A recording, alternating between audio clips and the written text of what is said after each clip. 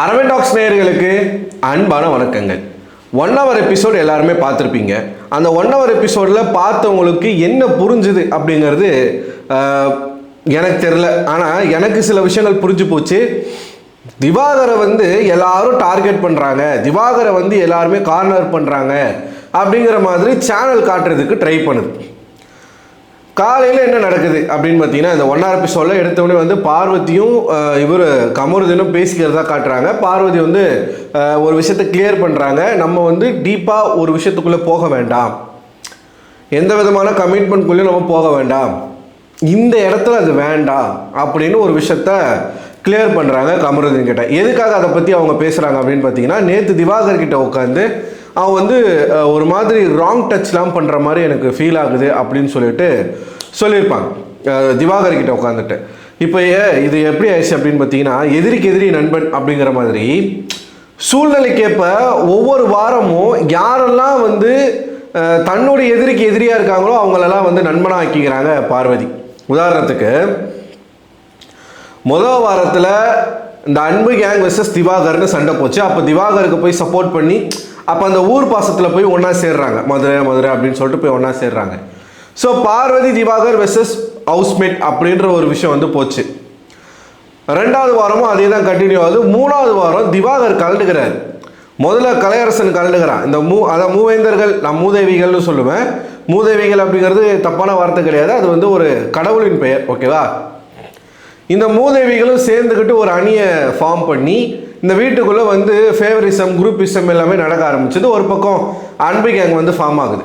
அதுக்கப்புறமா கலையரசன் நகர்ந்து போகிறான். அப்புறம் திவாகர் நகர்ந்து போகிறாரு. திவாகரையே சில இடங்களில் பார்வதி என்ன பண்ணுறாங்க அப்படின்னா, திவாகர் இந்த வீட்டுக்குள்ளே யார் பேசினாலும் அமைதியாக இருக்க மாட்டார், அன்லஸ் அன்டில் பார்வதி பேசுகிற வரைக்கும். பார்வதி பேசினா மட்டும்தான் திவாகர் அந்த இடத்துல அடங்கி போனார். ஆனால் ஒரு கட்டத்துக்கு மேலே மனுஷனால் பொறுக்க முடியாமல், என்ன நீ சும்மா இன்சல்ட் பண்ணிகிட்டே இருக்க அப்படின்னு சொல்லி அவரும் பொங்கி எழுந்து இந்த டீமில் இருந்து வெளியேறி போய் அன்பு கேங்கில் சேர்ந்தா. அப்படி அதுக்கப்புறமா இன்னொரு எதிரி ஃபார்ம் ஆகிறாரு. யாருன்னு பார்த்தீங்கன்னா கமருதீன். கமருதீனுக்கும் திவாகருக்கும் பிரச்சனை, திவாகருக்கும் வினோத்துக்கும் பிரச்சனை. இவங்க 2 பேரும் ஒன்றா சேர்த்துக்கிட்டு மூவரணியாக ஒரு டீமை மறுபடியும் ஃபார்ம் பண்ணாங்க பார்வதி. மறுபடியும் இந்த வாரம் என்ன நடக்குது அப்படின்னு பார்த்தீங்கன்னா, வினோத்தையும் கமருதீனையும் கழட்டி விட்டு மீண்டும் திவாகர் கூட அணி சேர்றாங்க. திவாகர் இந்த வீட்டுக்குள்ளே நடிப்பு திறமையை காட்டுறதுக்காக வந்திருக்கேன் அப்படின்னு சொல்கிறான். ஆனால் அவனுக்கு நடிக்க வருதான்னு கேட்டிங்கன்னா, ஹானஸ்டாக சொல்லுங்கள் திவாகருடைய ரசிகர்கள், ஹானஸ்டாக சொல்லுங்கள், நிஜமாவே அவனுக்கு நடிப்பு வருதா? அவன் நடிக்கிறதுக்கு பேர் நடிப்பா? மனசாட்சியோடு சொல்லணும். திவாகர் கண்டென்ட் கொடுக்குறாரு அதெல்லாம் பேசக்கூடாது, மனசாட்சியோடு சொல்லணும். திவாகர் பண்ணுறதுக்கு பேர் நடிப்பா? இன்றைக்கி முழுக்க அந்த ஆள் ஒரே விஷயத்தை வச்சு தாங்க நாளை ஓட்டினா. இந்த வசூல்ராஜா எம்பிபிஎஸ் படத்தில் வரக்கூடிய ஒரு சீன், ஏன் அந்த சீனை வெறும் உடம்போடு தான் பண்ணணுமா? ஆக்சுவலாக இந்த வாரம் ஒரு டாஸ்க் நடக்குதுங்க, கூலி டாஸ்க். எல்லாருக்கும் யூனிஃபார்ம் அப்படிங்கிறது கொடுத்துருக்காங்க. யூனிஃபார்ம் போட்டு தான் பண்ணணும். நம்ம பார்வதி இருக்காங்கல்ல, பிரவீன்ராஜ் ஒன்றுமே சொல்லலை. பிக் பாஸ் சொன்ன ஒரு விஷயந்தான், இவர் கேப்டன்ஷிப் ஜெயித்த உடனே ஒரு ஆர்மி கேம்ப் மாதிரி தான் இருக்கும் அப்படின்றத சொன்னார். பிக் பாஸ் அதை பிடிச்சிக்கிட்டு நீங்கள் ஆர்மி கேம்ப் மாதிரி நடத்துவேன்னு சொன்னீங்க, ஒன்றுமே பண்ணலேன்னு சொல்லிட்டு அவர் சில விஷயங்களை கொடுக்குறாரு. போங்க யூனிஃபார்மை செக் பண்ணுங்கள், ஏதாச்சும் திங்ஸ் கையில் வச்சுருக்காங்களான்றதை செக் பண்ணுங்கள், பரேட் மாதிரி பண்ணுங்கள் அப்படின்னு நிறைய இன்ஸ்ட்ரக்ஷன்ஸ் பிக் பாஸ் கொடுக்குறாரு. ஸ்டாண்டர்ட் இஸ் அட்டென்ஷன் அப்படிங்கிறத ஒரு வீட்டின் தலையாக ஒருத்தர் சொல்கிறாரு அப்படின்னா, அதை கூட செய்ய முடியாதா ஒருத்தவங்களால? முடியும், ஆனால் செய்யக்கூடாதுன்னு இருக்காங்க. கேட்டால் அவங்க ரிபலாம். நீங்கள் தம்ப்நெயில பார்த்தாலே தெரியும், ஸ்டாண்டர்ட் இஸ் அட்டென்ஷன் சொல்கிறாரு, எல்லாரும் செய்கிறாங்க, இன்க்ளூடிங் காண்டாமிருகம் திவாகர் கூட செய்கிறா. அப்படி பார்வதி இப்படி ஒரு லுக்கு, பின்னாடி கையை கட்டிட்டு லிட்டரலாக எனக்கு பார்க்கும்போது எப்படி இருக்குன்னா, அப்படியே திமிரு படத்தில் வர அந்த வில்லி கேரக்டர் மாதிரி இருக்கு. ஏலே இசுக்கே அந்த கேரக்டர் மாதிரி தான் இருக்குது. என்னால் செய்ய முடியாது. இது பிரவீன்ராஜ் ஒரு தலையாக ஒரு டிசிஷன் எடுத்தால் கூட எக்ஸ்டர்னலாக பிக் பாஸ் சொன்ன ஒரு விஷயம் அதை செய்யறதுல இப்போ என்ன ஆயிரப்போகுது? எனக்கு என்ன கேள்வினா, இப்போ சரி நீங்கள் ஸ்டாண்டர்ட் இஸ் அட்டென்ஷன் பண்ணுறதுல என்ன ஆயிரப்போகுது? உங்கள் கௌரவம் போக போதா, இல்லை நீங்கள் சேர்த்து வச்ச சொத்து எல்லாமே பறி போக போதா, இல்லை உங்களுடைய அழகு எல்லாமே போக போதா, இல்லை நீங்கள் பண்ணிங்கன்னா உங்களோட 32 பல்லும் கீழே கொட்டிடுமா, இல்லை நீங்கள் பண்ணிங்கன்னா உடனே அந்த இடத்துல செத்துருவீங்களா? என்ன ஆக போகுது? ஒன்றுமே ஆக போகிறது இல்லை. ஆனால் திமிரு தெனாவட்டத்தில் நான் பண்ண மாட்டேன். அப்போ யார் சொல்கிறதுமே செய்ய மாட்டேன் அப்படின்னா இந்த ஷோக்கு எதுக்கு வந்தீங்க? பிக் பாஸ் நீங்கள் வெளியிலே இருந்திருக்கலாமே. வெளியிலே நீங்கள் இருந்திருந்தீங்கன்னா யார் சொல்கிறது நீங்கள் கேட்க தேவையில்லை, உங்கள் இஷ்டம் போல் நீங்கள் இருக்கலாம். இங்கே அக்ரிமெண்ட்டுன்னு ஒன்று போட்டு உங்களுக்கு ஒரு நாளைக்கு இவ்வளோ சம்பளன்றதை ஃபிக்ஸ் பண்ணி எல்லா க்ரைட்டீரியாவுக்கும் நீங்கள் வந்து ஒத்துக்கிட்டு கையெழுத்து போட்டு பிக் பாஸ்னுடைய ரூல்ஸ் அண்ட் ரெகுலேஷன்ஸ்க்கு நான் மதித்து கட்டுப்பட்டு நடப்பேன் அப்படின்ற ஒரு விஷயத்துக்கு நீங்கள் வந்து கேரண்டி கொடுத்து ஒரு வீட்டுக்குள்ளே வந்திருக்கீங்க. அந்த வீட்டுக்குள்ளே பிக் பாஸ் மூலமாக டாஸ்கின் மூலமாக தேர்வு செய்யப்பட்ட ஒரு தலை, அவருக்கு அந்த வாரத்துக்கான முழு அதிகாரம் இருக்குது. அப்படின்ற பட்சத்தில் நீங்கள் எல்லா விதமான க்ரைட்டீரியாவையும் ஒத்துக்கிட்டு இந்த வீட்டுக்கு வந்த காரணத்தினால அவர் சொல்லக்கூடிய விஷயங்களை நீங்கள் செய்யணும். இப்போ சூப்பர் டீலக்ஸ் வீட்டுக்கும் பார்வதிக்கும் பிரச்சனை இருக்குது. அவங்க சொன்னால் பார்வதி செய்ய மாட்டேன்றதே தப்பு தான். ஆனால் அதில் நீங்கள் ரிபல் பண்ணுறீங்க, ஓகே, அது உங்களுடைய விளையாட்டு கண்டென்ட் அப்படின்ற ஒரு விஷயத்தை பார்க்கலாம். வீட்டின் தலை சொல்கிறதுல ஸ்டாண்டர்டிஸ் அட்டென்ஷன் பண்ணுறதுல என்ன? இது ஒரு பக்கம் முறைச்சிக்கு நிற்கிறாங்க. அப்போ தான் நம்ம பாடி பில்டர் வராரு. எனக்கு லிட்டரலாக அவனை பார்க்கும்போது இதெல்லாம் ஒரு உடம்பாடா? ஏங்க சும்மா இருக்கிறவங்கள கூப்பிட்டு என்னை கிண்டல் பண்ணுங்கள், என்னை பாடி ஷேமிங் பண்ணுங்கள். அந்த பேண்ட் இடுப்பில் நிற்கலை, இடுப்பை தாண்டி தொங்குது கீழே. என்ன உடம்பு அது? அந்த உடம்புல என்ன இருக்குது? வெறும் வயிறு தான் இருக்குது. கழுத்துலேருந்து கீழே வரைக்கும் வயிறு தான் இருக்குது. அதை காட்டிக்கிட்டு நீ ஒரு ஆக்டிங் பண்ணுறன்னு சொல்கிறிய. நீங்கள் அதை உன்னிப்பாக கவனிச்சிங்கன்னா பார்வதி முதல்ல ஆரம்பிப்பாங்க. பார்வதி கூட வந்து ஷர்ட் எல்லாம் கழட்டி விட்டு உள்ள ஒரு டிஷர்ட் போட்டு கேட்டால் கெமி பண்ணாங்களா, அதனால் அவங்களும் பண்ணுறாங்களா? கெமி பிய தின்னா நீங்களும் பிய தின்னுவீங்களா அப்படின்னு நம்ம கேட்கலாமா? அதெல்லாம் செய்ய முடியாது. அதெல்லாம் செய்யணும். ஏன்னா அவங்க வந்து பகுத்தறிவாளர். அசிங்கமாக வருது வாயில். சரி, ஓகே.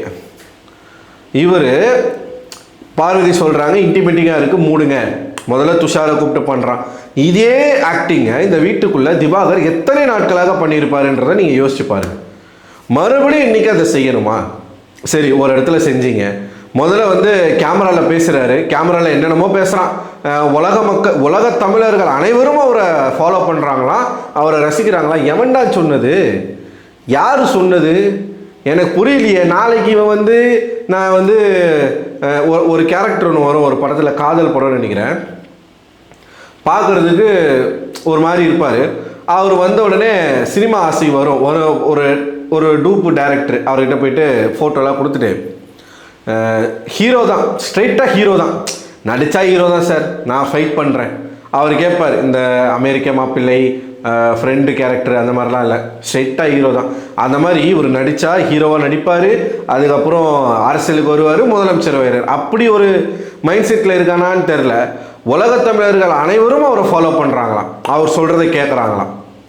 கேமரா முன்னாடி அவன் நின்று பேசிக்கிட்டு இருக்கும்போது பின்னாடி கமருதீன், பிரவீன், கானா வினோத்லாம் வந்து ஃபன் பண்ணிக்கிட்டு இருக்காங்க. ஒன்றும் தப்பு கிடையாது, ஒன்றும் தப்பே கிடையாது. உனக்கு மட்டும்தான் கேமரா முன்னாடி பேசலாம், எதனா பண்ணலான்னு எழுதி வச்சிருக்கா? அது ஃபன்னாக ஜாலியாக அவங்க பண்ணிக்கிட்டு இருக்காங்க. இங்கே தான் ஆரம்பிக்குது பிரச்சனை. தேவையில்லாமல் போயிட்டு வினோத்துக்கிட்ட எகிரின்னு போய் வினோத்துக்கிட்ட இந்த ஆள் பேசுகிற பேச்சை ஒரு மாதிரி மட்டமான பேச்சாக இருக்குது. அப்போ அவர் என்ன பண்ணுறாரு, சட்டையை கழட்டிட்டு இந்த ஆள் வந்து அவருடைய அப்படியே 6 பேக்கு காட்டும்போது அவர் உள்ளே புகுந்து கலாய்க்கிறாரு, கேமராவை மறைக்கிறாரு. இந்த சண்டை அப்படியே கொஞ்சம் கொஞ்சமாக போய் கேப்டன் வந்து கேட்டு, கேப்டனுக்கும் திவாகருக்கும் சண்டை வந்து சம்மந்தமே இல்லாமல் பார்வதி உள்ளே வந்து அவங்களுடைய பர்சனல் வெஞ்சன்ஸ் எல்லாம் மற்றவங்க மேலே காட்டி அதை வந்து ஓவராக பிரச்சனை பண்ணி அப்படியே வெளியில் போய் மறுபடியும் சட்டையை கட்டிட்டு அதே விஷயத்த பண்ணுறேன்னு சொல்லி துஷாரை கூப்பிட்டு பண்ணிட்டான். மறுபடியும் போயிட்டு கலையரசனை கூப்பிட்டு பண்ணுறான். அது கலையரசன் சிரிக்கிறாங்க பின்னாடி நின்றுக்கிட்டு. எவனுமே அதை நடிப்புன்னு ஒத்துக்க மாட்டான். ஆனால் அந்த ஆள் வந்து அதை தைரியமாக பண்ணுறான். அது எப்படி தான் அவன் பண்ணுறான்னு தெரில, பண்ணிகிட்டு இருக்கான். பிரவீன்ராஜை தள்ளி விட்டு, முதல்ல பிரவீன்ராஜ் வந்து தள்ளி விடலை, அவரை தாண்டி போகும்போது அவர் மேலே கைப்படுது. தள்ளி விடுறதுன்றது ஃபோர்ஸ்ஃபுல்லாக தள்ளுறது, அது வந்து திவாகர் தான் பண்ணுறா. அப்படி பிரவீன்ராஜ் வந்து போகிறாரு, போகும்போது இப்படி இடிச்சுட்டு போகிறாரு, கேமரா மறைக்கிறாரு. சரி, அது தப்புனா ஒரு வாட்டி தான் பிரவீன்ராஜ் வந்து தள்ளி விட்டுருப்பா. அப்படி ஒரு 4-5 வாட்டி பிரவீன்ராஜை தள்ளி விட்டு கையில் வந்து அந்த கம்பி கிழிச்சு காயமாகி ஒரு சண்டையை போட்டு அந்த இடத்துல பிரவீன்ராஜ் சப்புன்னு ஒன்று வச்சுருந்தாருன்னா என்ன ஆயிருக்கும், மனுஷன் கண்ட்ரோலாக இருக்கா. அப்படி அப்புறம் கனி வராங்க. கனி வந்து ஒரு விஷயத்த பேச நீங்கள் ஒன் சைடாக அவங்க என்ன சொன்னாங்கன்னா, கனி மேலே நமக்கு வந்து நல்ல அபிப்பிராயம்லாம் கிடையாது, இருந்தாலும் கனிக்கு தேவை தான், கனிக்கு தேவை, சபரிக்கு தேவை, எஃப்ஜேக்கு தேவை. இந்த ஆளை வச்சுக்கிட்டு இத்தனை நாள் கூத்தடிச்சிங்கல்ல, உங்களுக்கு தேவைதான்டா, உங்களுக்கு தேவைதான். அவங்க வந்து என்ன சொல்கிறாங்க, இவருக்கு நடிப்பு வந்து கடவுள் மாதிரியும் அவருக்கு. நடிப்பு கடவுள் மாதிரினா அட்லீஸ்ட் அதை வந்து ஏதாச்சும் ஒரு விதத்தில் ஜஸ்டிஃபிகேஷன் பண்ணணும்டா. நீ நடிகனே கிடையாதுடா மூதேவி, அது ஃபஸ்ட்டு உனக்கு புரியுதா புரியலையா, அப்படி தான் நம்ம கேட்க தோணுது. அவங்க வந்து சார் இப்போ வந்து ஒருத்தவங்க ஜட்டியோடு நடித்தாங்கன்னா அதை நம்ம பார்ப்போமா சார், அதே உங்களுக்கு பிடிக்குமா அப்படி தான் கேட்டாங்க. உடனே ஏன்னா நீங்கள் எப்படி ஜட்டியோடு நடிக்க சொல்லுவீங்க. இப்படி தான் சுபிக்ஷா மேட்டரில் ஒரு விஷயத்த ட்விஸ்ட் வச்சு விட்டான்.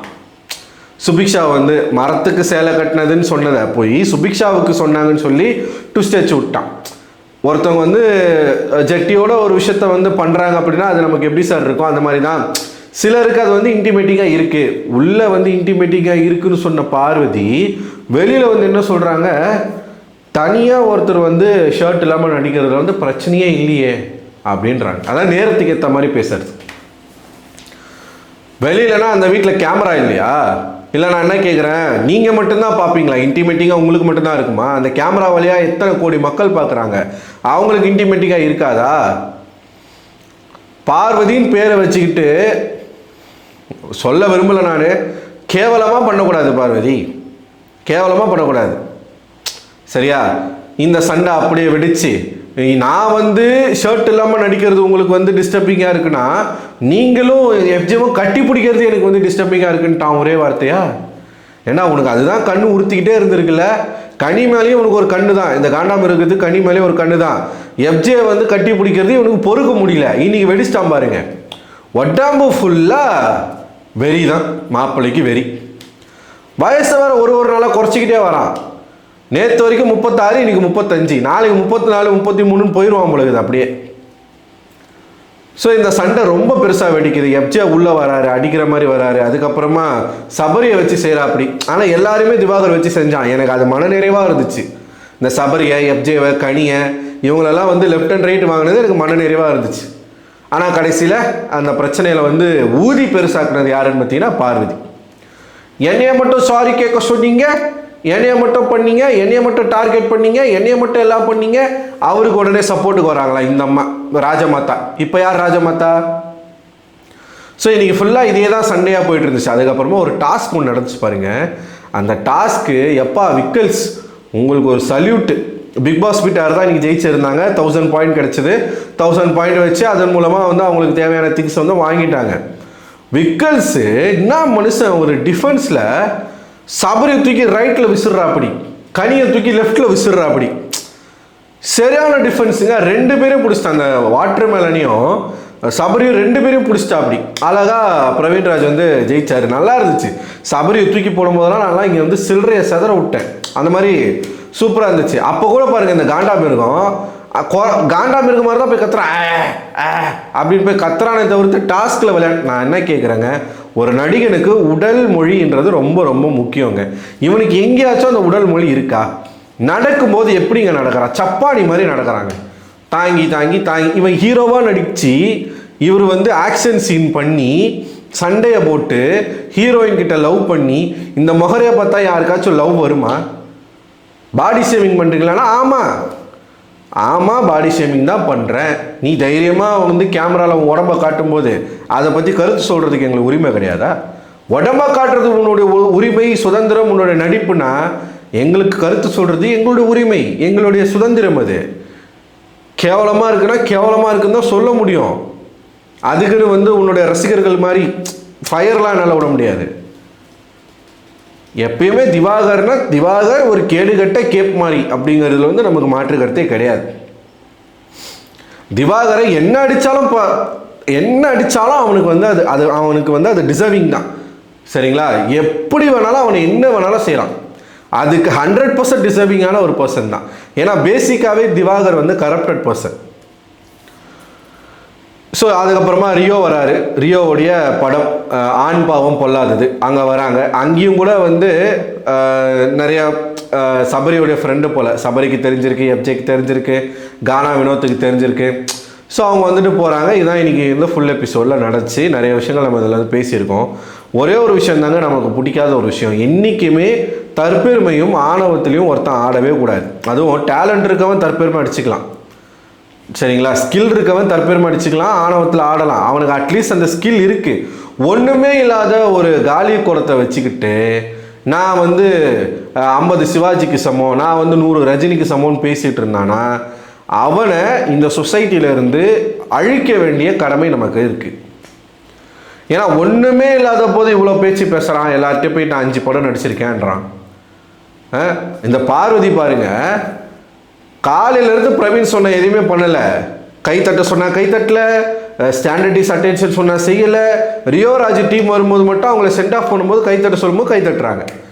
வெக்கம், மானம், சூடு, சொரணை, ஈனோ, சோறில் உப்பு போட்டு சாப்பிட்றோமா, இது எல்லாமே நம்ம வந்து நம்ம சுய பரிசோதனை பண்ணணும் பார்வதி அவர்களே. ஸோ இன்றைக்கி ஃபுல்லாக இதாங்க நடந்துச்சு. ஏதோ என்னால் முடிஞ்ச வரைக்கும் கவர் பண்ணியிருக்கேன். நிறைய நேரம் பேசிட்டேன்னு நினைக்கிறேன், மன்னிச்சிருங்க.